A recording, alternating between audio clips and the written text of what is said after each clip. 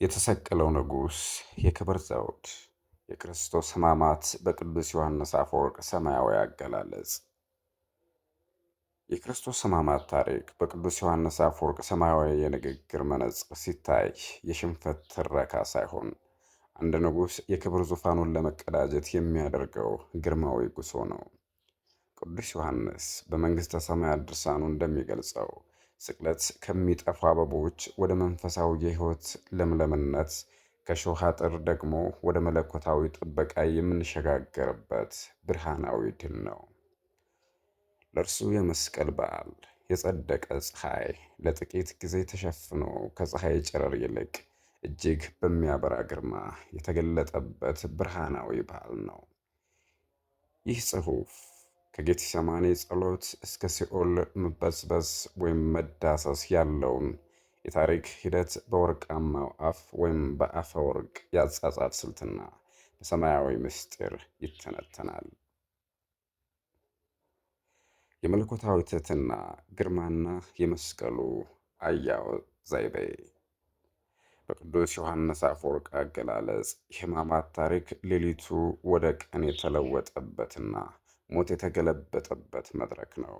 እርሱ በመንግሥተ ሰማያት ድርሳናቱ ስለ ወርቅ ሰንሰለቶችና ስለ ቤተ ክርስቲያን ብሩህ ዓይኖች እንደሚናገረው ሁሉ በሕማማት ውስጥ የሚታየውን ውርደትም በግርማዊ ውበት ይገልጸዋል። የሥጋ መጎሳቆል የፈጣሪን ክብር የሚቀንስ ሳይሆን ፈጣሪ ለራሱ የሠራው ልብስ ሆኖ ይታያል። ክርስቶስ እጅግ ዝቅ ለማለት በመፍቀድ ምክንያት አምላክ እንደሆነ ታመነ፣ ተሰገደለትም። ዝምታው ሰማያዊ ማኅሌት፣ ቁስሎቹ ደግሞ የብርሃን የጦር ትጥቅ ሆኑ። በዚህ የክብር አያያዝ ውስጥ ወታደሮች ያደረጉለት የእሾህ አክሊል ከወርቅ ዘውድ ይልቅ የክብርና የኤደን ገነትን እርግማን የሻረ የድል አርማ ሆኖ ተቆጠረ። በእጁ የያዘው ዘንግም የማይመረመር ኃይሉን የገታበት የዓለምን ንጉሥ በትረ መንግሥት ሆኖ ተሳለ። የጌቴሰማኒ ጸሎትና መለኮታዊ ፈቃድ። የሕማማት ታሪክ የሚጀምረው በጌቴሰማኒ የሌሊት ሰዓት ነው። ያ ቦታ የችቦዎችን ብርሃንና የንጉሡ የደም ላብ የተገናኙበት ስፍራ ነበር። አፈወርቅ አባቴ ሆይ ይህች ጽዋ ከኔ ትለፍ የሚለውን ጸሎት ሲተረጉም ክርስቶስ ይህን የተናገረው በመፍራት ሳይሆን እርሱ ፍጹም ሰው መሆኑን ለማስተማርና የኑፋቄ ትምህርቶችን ለመቃወም እንደሆነ ያስረዳል። ይህ ጸሎት ንጉሡ መለኮትነቱን ሳይለቅ ሰው ሆኖ የሰው ልጅ ድክመት የተሸከመበትና ፈቃዱን ለአባቱ ያስገዛበት ታላቅ የትህትና ትምህርት ነው። በዚች ሰዓት ክርስቶስ ብቸኛ አሸናፊ ሆኖ ቆመ። የኃጢአትን የሞትንና የክፉውን መንፈስ ኃይል ለብቻው ለመጋፈጥ መረጠ። የፍርድ አደባባይና የመንግሥቱ መካድ። ከጌቴሰማኒ እስከ ፍርድ አደባባይ ያለው ጉዞ እንደ ወንጀለኛ እየተጎተተ የመሄድ ሂደት ቢሆንም ክርስቶስ ግን ያለምንም ትዕቢትና ጉራ በክብር ጸንቶ ነበር። የሊቃነ ካህናቱ በሄሮድስና በጲላጦስ ፊት የቀረበበት ችሎት የሰው ልጅ መለኮታዊውን መንግሥት ንቆ የቄሳርን መንግሥት የመረጠበት የታሪክ ጠባሳ ነው። አፈወርቅ እንደሚለው አይሁድ በዛን ዕለት ከሳሾች፣ ፈራጆችና ገዳዮች ራሳቸው ሆኑ። ከቄሳር በቀር ሌላ ንጉሥ የለንም በማለታቸውም ራሳቸውን ከመንግሥተ ሰማያት አወጡ። ፍጥረት ሁሉ ይህን ግፍ መመልከት ተስኖት ሲንቀጠቀጥ፣ የጽድቅ ፀሐይ ግን በጸጥታ ውስጥ ግርማውን ይገልጥ ነበር። የጎልጎታ ጉዞና የመስቀሉ መንበር። ወደ ቀራንዮ የሚደረገው ጉዞ ለሞት የመሄድ ሂደት ሳይሆን ድል አድራጊው ንጉሥ የድል አርማውን ተሸክሞ ወደ ዙፋኑ የሚወጣበት ሰልፍ ነው። ክርስቶስ መስቀሉን በትከሻው ላይ ሲሸከም አፈወርቅ ይህን ድርጊት የይሁዳ አንበሳ የሞትን አገዛዝ ድል የነሳበት የድል አርማ እንደ መሸከም ይቆጥረዋል። ጎልጎታም የአዳም መቃብር ያለበት ስፍራ እንደመሆኑ ክርስቶስ ሞት በነገሰበት ቦታ ላይ የሕይወትን ባንዲራ ተከለ። መስቀሉ ለአፈወርቅ ከፀሐይ ይልቅ የሚያበራና ወደ ሰማይ የሚያወጣ መሰላል ነው። መስቀሉ የኤደን ገነት ርግማን የተለቀለሰበት፣ በእንጨት ምክንያት የወደቀው የሰው ልጅ በእንጨት ምክንያት የተነሳበት መድረክ ሆነ። በመስቀል ላይ የታወጁ ሰባቱ የንግሥና አዋጆቹን ስንመለከት ክርስቶስ በመስቀል ላይ ከፍ ብሎ ሲሰቀል በአፈወርቅ እይታ በዙፋኑ ላይ ተቀመጠ። በመስቀል ላይ የተናገራቸው ሰባቱ ቃላትም የአዲሱ መንግሥት ግርማዊ አዋጆች ናቸው።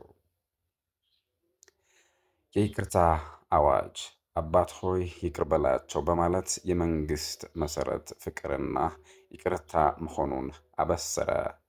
አባት ሆይ ይቅር በላቸው በማለት የመንግሥቱ መሠረት ፍቅርና ይቅርታ መሆኑን አበሰረ። የገነት መከፈት። ዛሬ ከኔ ጋር በገነት ትሆናለህ የሚለው ቃል የሰው ልጅ ወደ ቀደመ ክብሩ መመለሱን የሚያረጋግጥ ነው። የጽናትና የድል ቃላት። ተፈጸመ ሲል የድህነት ሥራ መጠናቀቁን፣ ነፍሴን በእጅህ አደራ እሰጣለሁ ሲልም ሁለተኛው አዳም የኃጢአትን ኃይል ድል ማድረጉን አበሰረ። የሊቀ ወንበዴው ገነትን መውረስ። የሊቀ ወንበዴው ገነትን መውረስ። የወንበዴው ታሪክ በአፈወርቅ ሰማያዊ አጻጻፍ ውስጥ ልዩ ቦታ አለው። አንድ ወንበዴ በሞት ደጃፍ ላይ ሆኖ ገነትን በመዝረፍ እንደ ሰረቃት ይገልጸዋል። ወንበዴው አልጾመም፣ አላለቀሰም ወይም ልብሱን አልቀደደም። ነገር ግን በልቡ ባደረገው ፍጹም እምነት ብቻ ከመስቀል ወደ ሰማይ፣ ከፍርድ ወደ ድህነት በአፍታ ተሸጋገረ። ወንበዴው በመስቀል ላይ ያለውን ድሃ እንደ ንጉሥ፣ ሟቹን ደግሞ እንደ የዘላለም ሕይወት ምንጭ አድርጎ በመቀበሉ የገነት በር ተከፈተለት። የሲኦል መዳሰስና የትንሣኤው ድል። የሕማማት ታሪክ የሚያበቃው በመቃብር ሳይሆን ሲኦልን በመበዝበዝ ነው።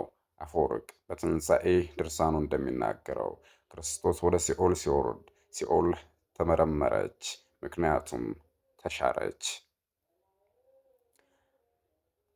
ተዘባበተባት፣ ታሰረችም።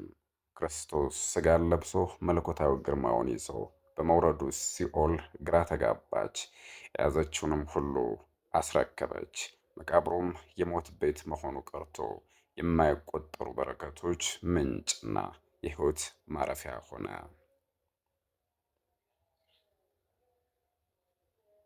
በአጠቃላይ የጽድቅ የፀሐይ የጽድቅ ኃይል የጽድቅ ፀሐይ ኃይል ድል።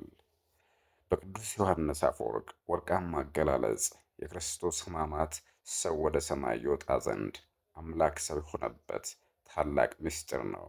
በመስቀል ላይ የታየው ውርደት የእግዚአብሔርን የማይነገር ኃይልና ወሰን የሌለው ምሕረት የገለጠበት ነው። መስቀሉ ዛሬም ከፀሐይ ጨረር ይልቅ የሚያበራ የዲያብሎስን ኃይል የሰበረ እና የገነትን ደጃፍ የከፈተ የድል አርማ ሆኖ ይኖራል።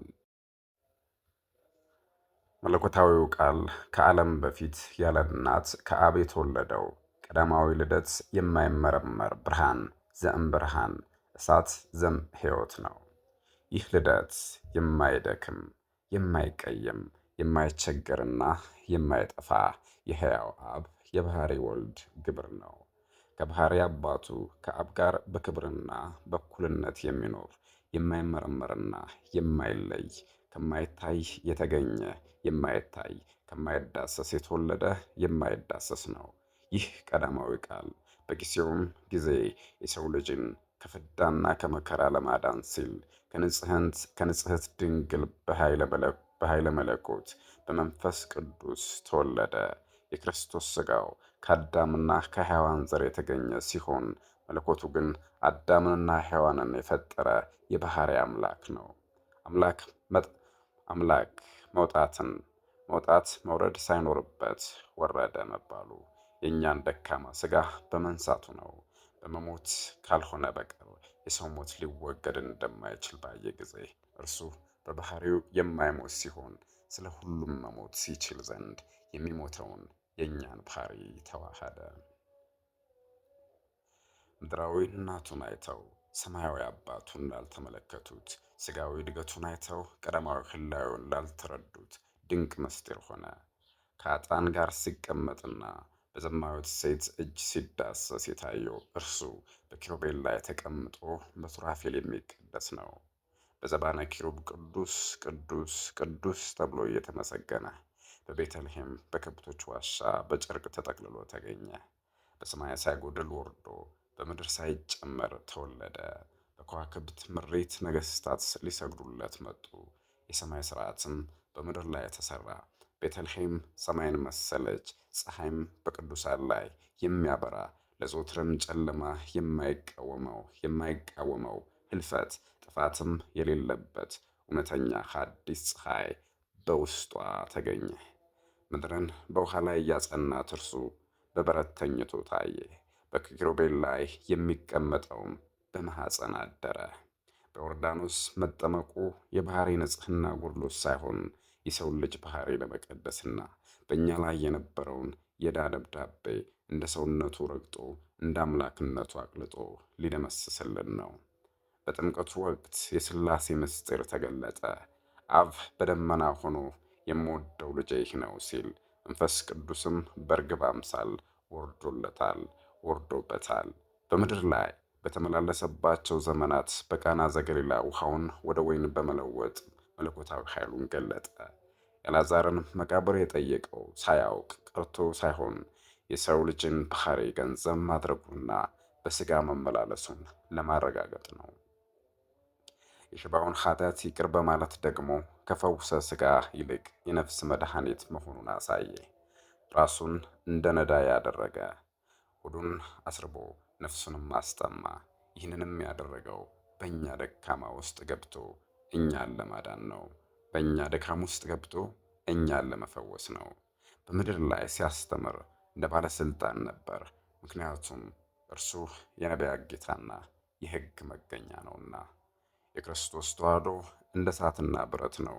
ብረት በእሳት ውስጥ በገባ ጊዜ የእሳቱን ቀለምና ኃይል ገንዘብ እንደሚያደርግ፣ ሥጋም መለኮትን በተዋሃደ ጊዜ የማይወሰን መለኮታዊ ኃይልን ገንዘብ አደረገ።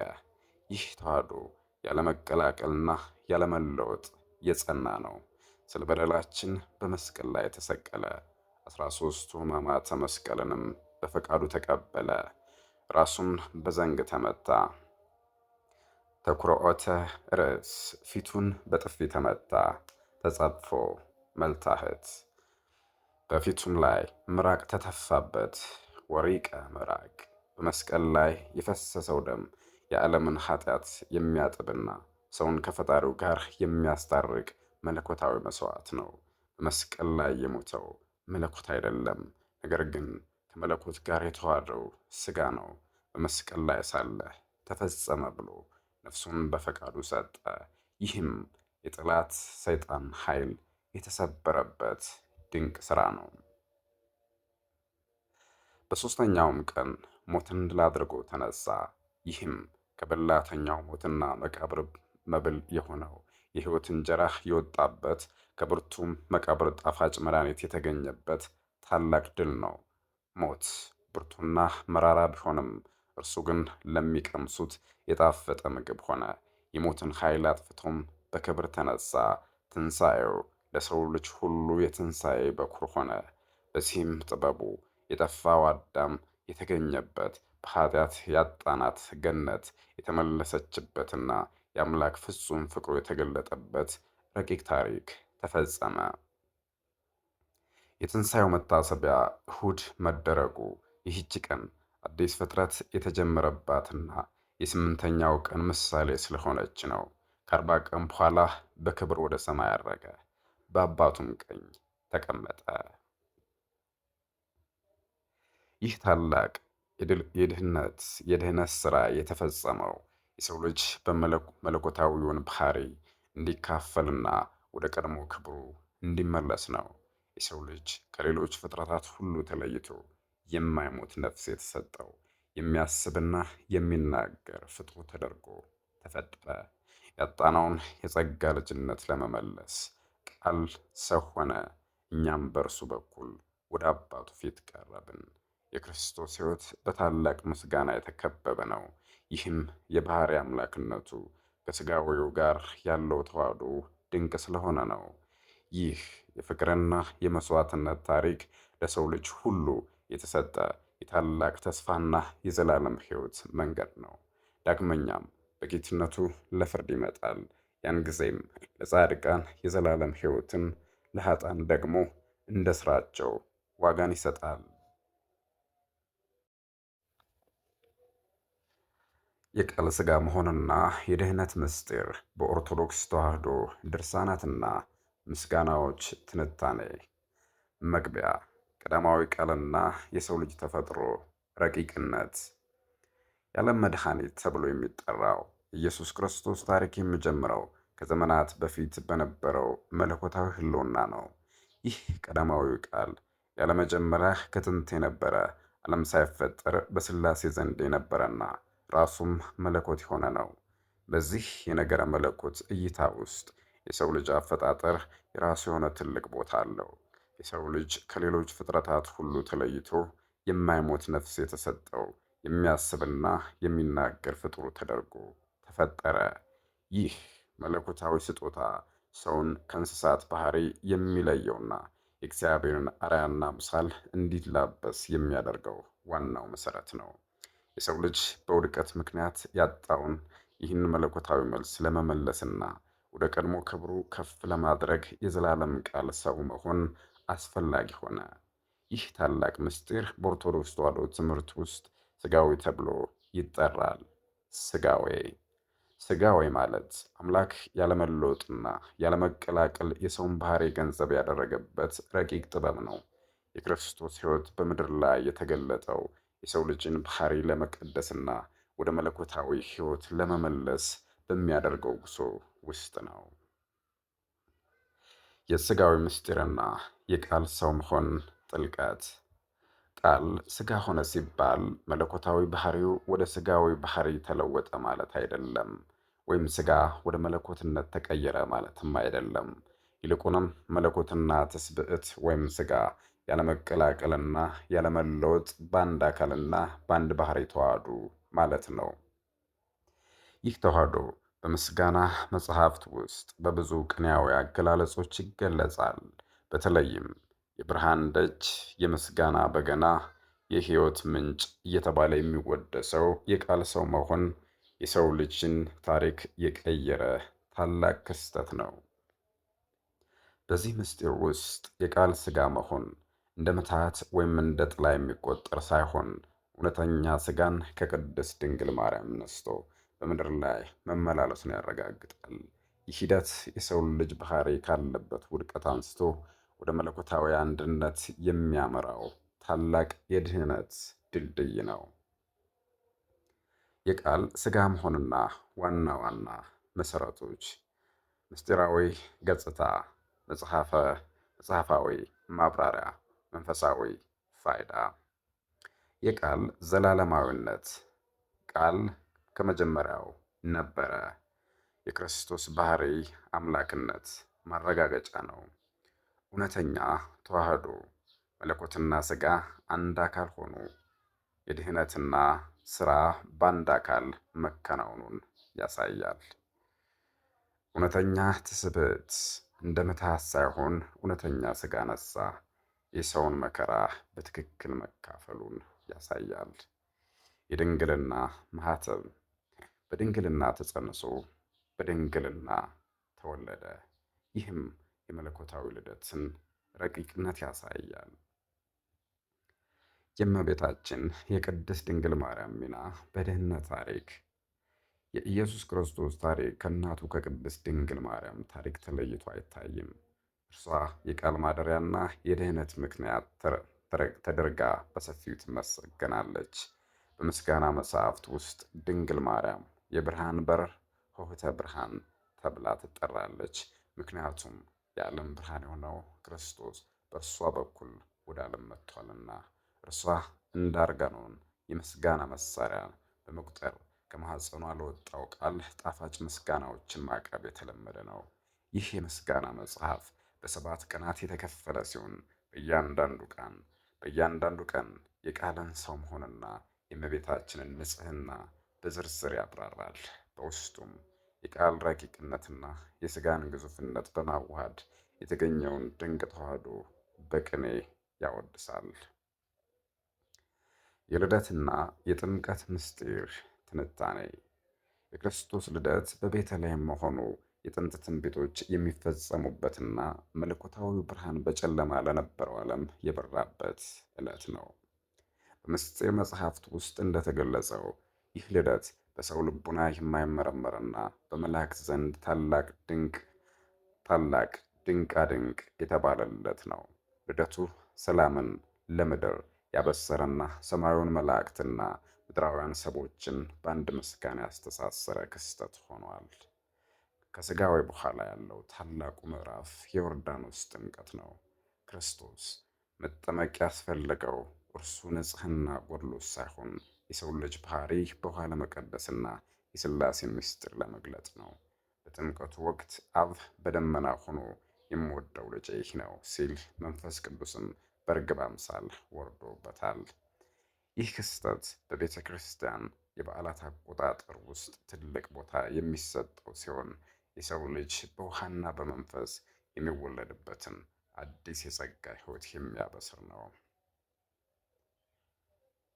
የክርስቶስ ሕይወት ዋና ዋና ምዕራፎች ከድርሳናት አንጻር የሕይወት ምዕራፍ መጽሐፋዊ ምንጭ ብስራት ኖህተ ብርሃን የሰው መሆን ምስጢር ጅማሬን ያሳያል። ልደት መጽሐፈ ምስጢር ምዕራፍ 5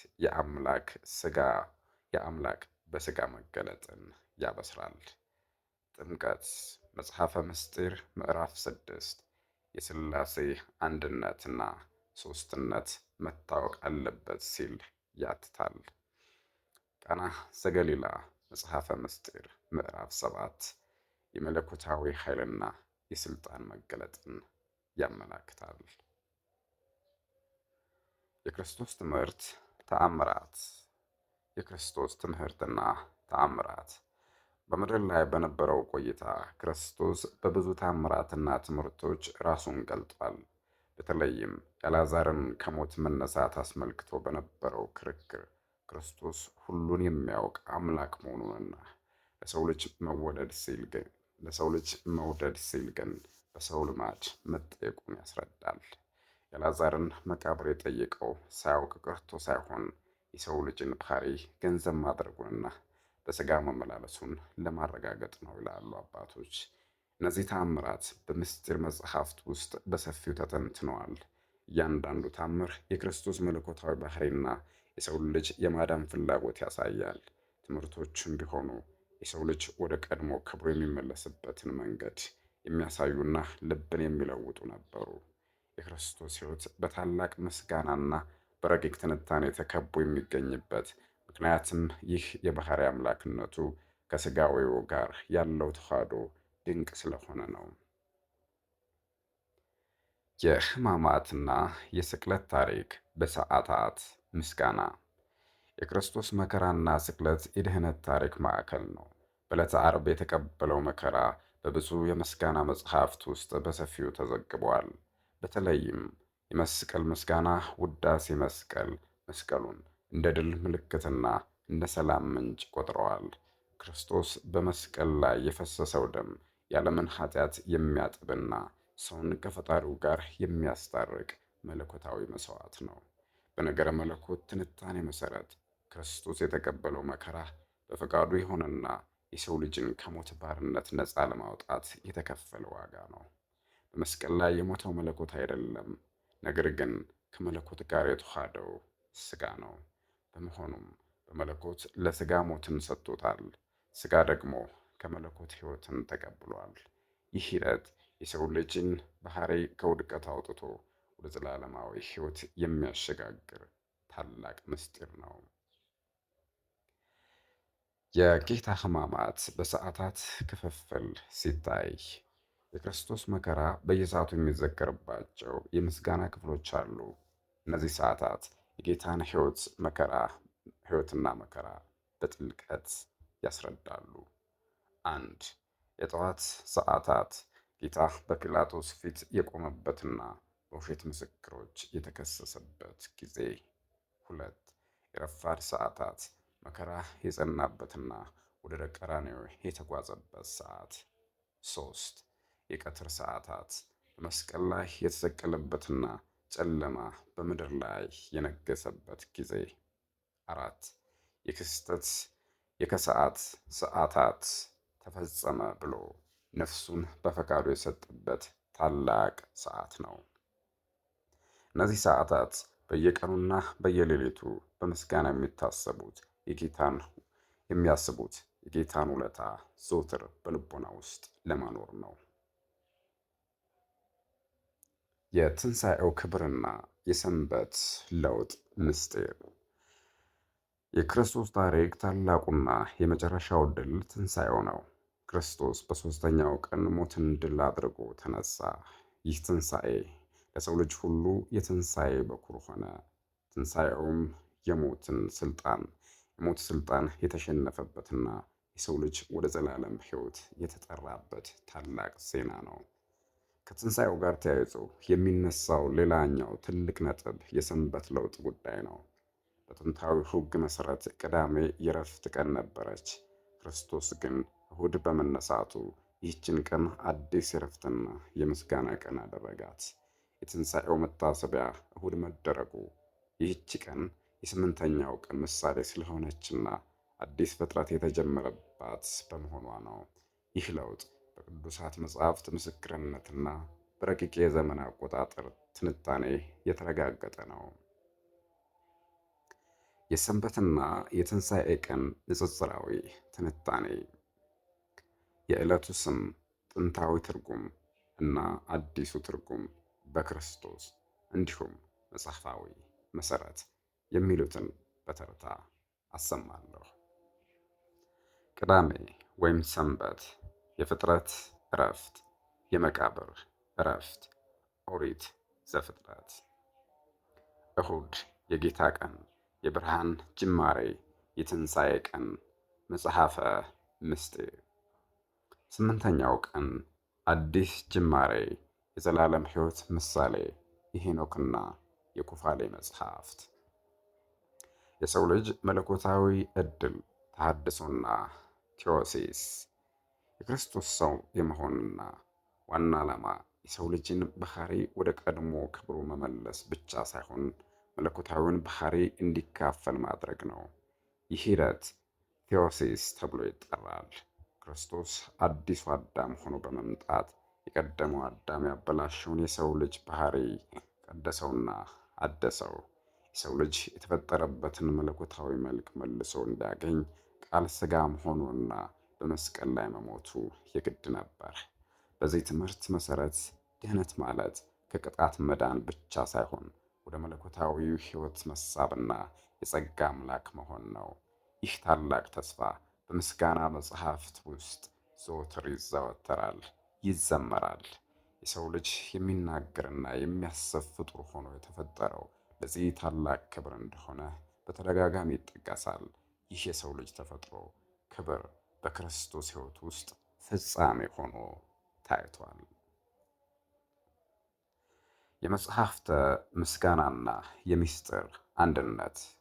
የኢየሱስ ክርስቶስ ታሪክ በእነዚህ መጽሐፍት ውስጥ ሲገለጽ አንዱ በምስጋና ወይም ዶክሶሎጂ፣ ሌላኛው ደግሞ በምስጢር ወይም ቴዎሎጂ የታጀበ ነው።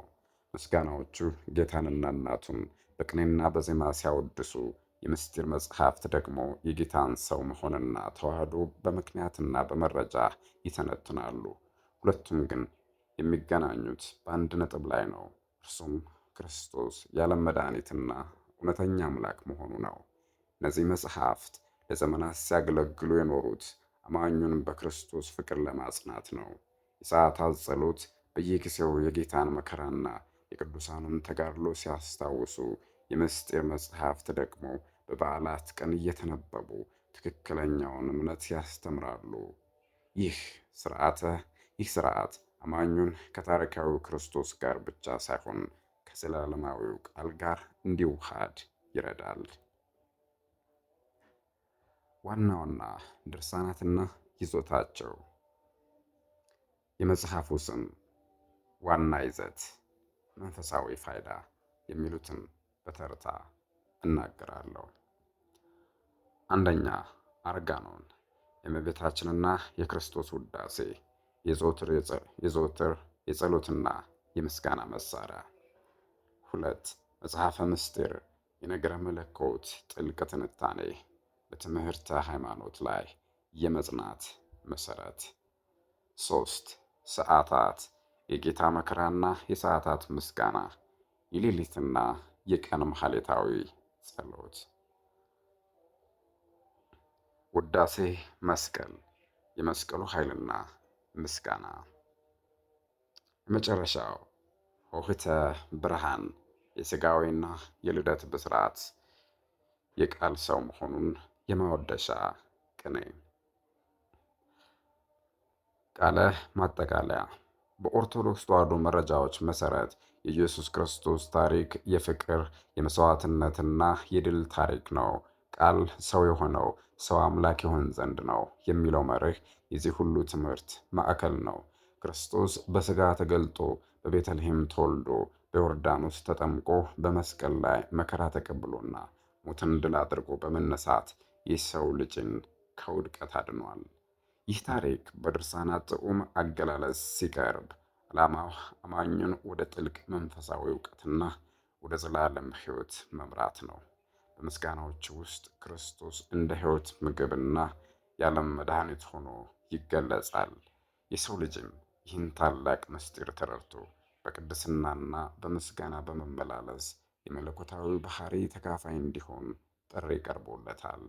የጌታችን የኢየሱስ ክርስቶስ ታሪክ ለሰው ልጅ ሁሉ የተሰጠ የታላቅ ተስፋና የዘላለም ሕይወት መንገድ ነው።